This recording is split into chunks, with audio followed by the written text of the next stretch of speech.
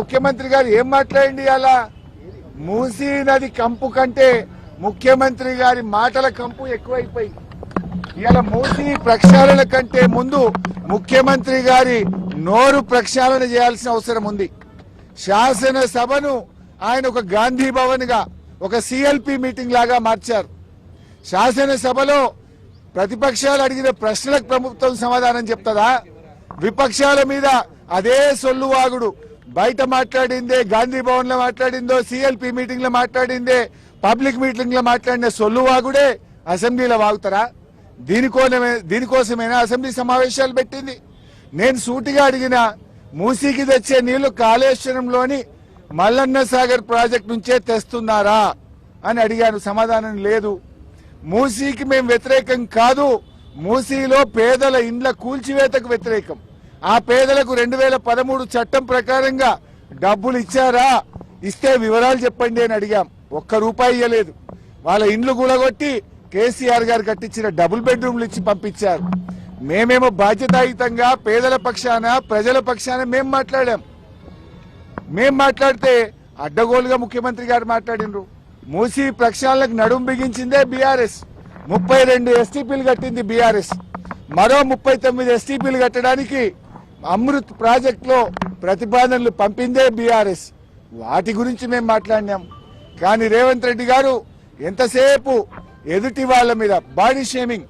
నువ్వు పొడుగెక్కున్నావు, నువ్వు అద్దాలు పెట్టుకున్నావు, ఏం చిల్లర మాటలు. నువ్వు ముఖ్యమంత్రివా, ఏమన్నా స్ట్రీట్ రౌడీవా? స్ట్రీట్ రౌడీలు కూడా నీకంటే మంచిగా మాట్లాడతారు. నువ్వు కేసీఆర్ గారి మీద పదే చావు భాష కోరుకుంటావా?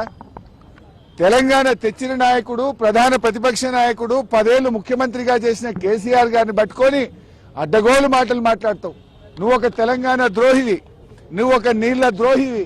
నువ్వు కేసీఆర్ గారి పట్ల అటువంటి భాష మాట్లాడడం చాలా తీవ్రంగా మేము ఖండిస్తా ఉన్నాం.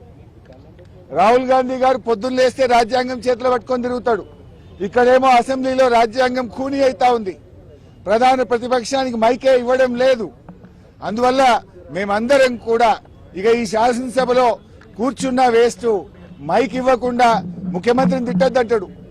స్పీకర్ గారు ఆన్ రికార్డ్ అక్కడ కూర్చొని మీరు ముఖ్యమంత్రి గారి మీద విమర్శ చేయొద్దు అంటాడు. అనొచ్చా అట్లా స్పీకర్?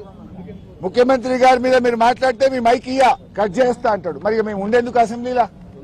స్పీకర్ గారి పక్షపాత వైఖరికి నిరసనగా ఈ శాసనసభ ఈ సెషన్ ను బీఆర్ఎస్ పార్టీ బహిష్కరించాలని నిర్ణయం తీసుకున్నది. స్పీకర్ గారు, మీరు సభలో అందరికీ సమాన హక్కులు కల్పించే బాధ్యత మీకు ఉంటది. మీరు మా దిక్కు చూడరు, మాకు మైక్ ఇయ్యరు. మేము ఒక అక్షరం మాట్లాడగానే మైక్ కట్ చేస్తారు. అంటే ముఖ్యమంత్రి గారు గంటన్నర మాట్లాడితే ఏముండదా? సభలో అందరికీ సమాన హక్కులు ఉంటాయి. ఆయన నోటికి అడ్డు అదుపు లేకుండా చిల్లర మాటలు, వ్యంగ్యంగా, అడ్డగోలుగా రేవంత్ రెడ్డి మాట్లాడితే నువ్వు ఆపే ప్రయత్నం చేయవు. అన్ని సత్యదూరమైన అబద్దాలు మాట్లాడితే దాన్ని నువ్వు మాట్లాడవు. ఇవాళ అవినీతి గురించి మాట్లాడుతుండు. అవినీతికి ఇవాళ రేవంత్ రెడ్డి గారు అడ్డాగా మార్చిండు. రాష్ట్రంలో ఎప్పుడు లేని ఇవాళ ఏ బిల్డింగ్ కు పర్మిషన్ రావాలన్నా, యూసీ ఇవ్వాలన్నా స్క్వేర్ ఫీట్ కు ఒక RR ట్యాక్స్ పెట్టిండు.